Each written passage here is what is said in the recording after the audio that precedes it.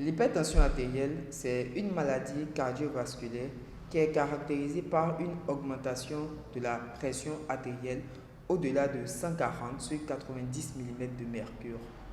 L'hypertension artérielle évolue pour la plupart du temps de façon insidieuse, c'est-à-dire on ne sait pas quand on commence à faire de l'hypertension artérielle.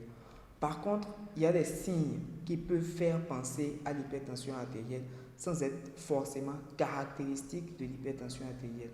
On parle de céphalée, c'est des maux de tête qui sont souvent permanentes au repos ou peut-être même en activité.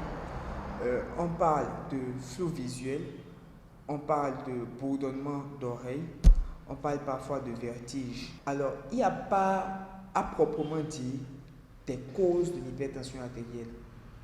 Pour l'hypertension artérielle, on parle de facteurs de risque, c'est-à-dire des éléments qui, lorsqu'ils sont présents, vont augmenter le risque de faire une hypertension artérielle. Et ces facteurs de risque sont classés en deux. On a les facteurs de risque qui sont dits non modifiables et les facteurs de risque qui sont dits modifiables. Au nombre des facteurs de risque qui sont dits non modifiables, on peut citer déjà, premièrement, l'existence dans la famille de l'hypertension artérielle.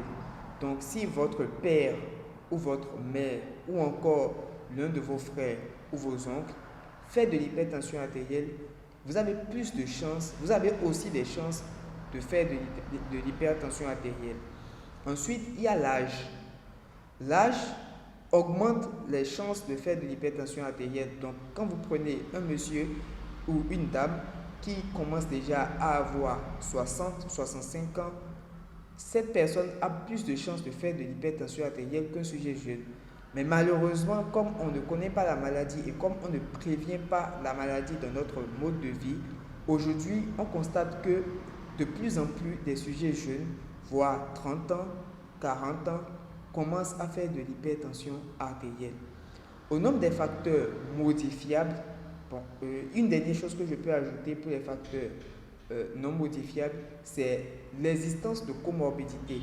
Quand vous avez des maladies comme le diabète ou les dyslipidémies, ces maladies peuvent augmenter les risques de faire de l'hypertension artérielle.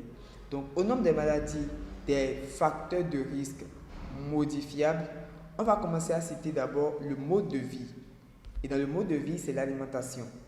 L'alimentation riche en sel ou en huile augmente de façon importante le risque de faire de l'hypertension artérielle.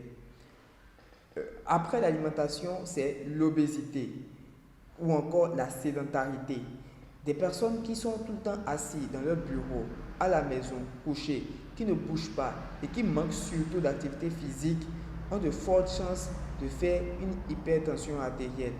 La consommation de tabac et d'alcool également peuvent augmenter les chances de faire de l'hypertension artérielle. Comme conséquence, on peut citer déjà sur le cœur lui-même l'insuffisance cardiaque. Alors, plus la tension artérielle augmente dans les vaisseaux, plus le cœur va faire des efforts pour pousser le sang dans les vaisseaux. À la longue, il va se fatiguer, on parle d'insuffisance cardiaque. Et on peut avoir également un infarctus du myocarde. Au niveau du rein, on aura ce qu'on appelle une néphropathie hypertensive, c'est-à-dire une insuffisance rénale qui va s'installer progressivement liée à l'hypertension artérielle. Au niveau des yeux, on parle de rétinopathie hypertensive qui va conduire à la cécité. Au niveau de la tête, là, sur le plan neurologique, il y a de fortes chances d'avoir l'apparition d'un accident vasculaire cérébral, qu'on appelle communément un AVC.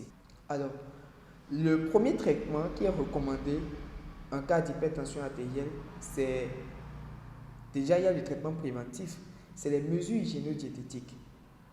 Contrôler l'alimentation, éviter au maximum la consommation de sel, éviter au maximum la consommation d'huile. C'est d'abord ça. Ensuite, c'est éviter la sédentarité. Éviter la sédentarité, c'est déjà commencer à faire 30 minutes de marche par jour, tant que possible, ou faire de l'activité physique. C'est très important. Alors, en termes de traitement, il existe beaucoup de classes thérapeutiques pour traiter l'hypertension artérielle.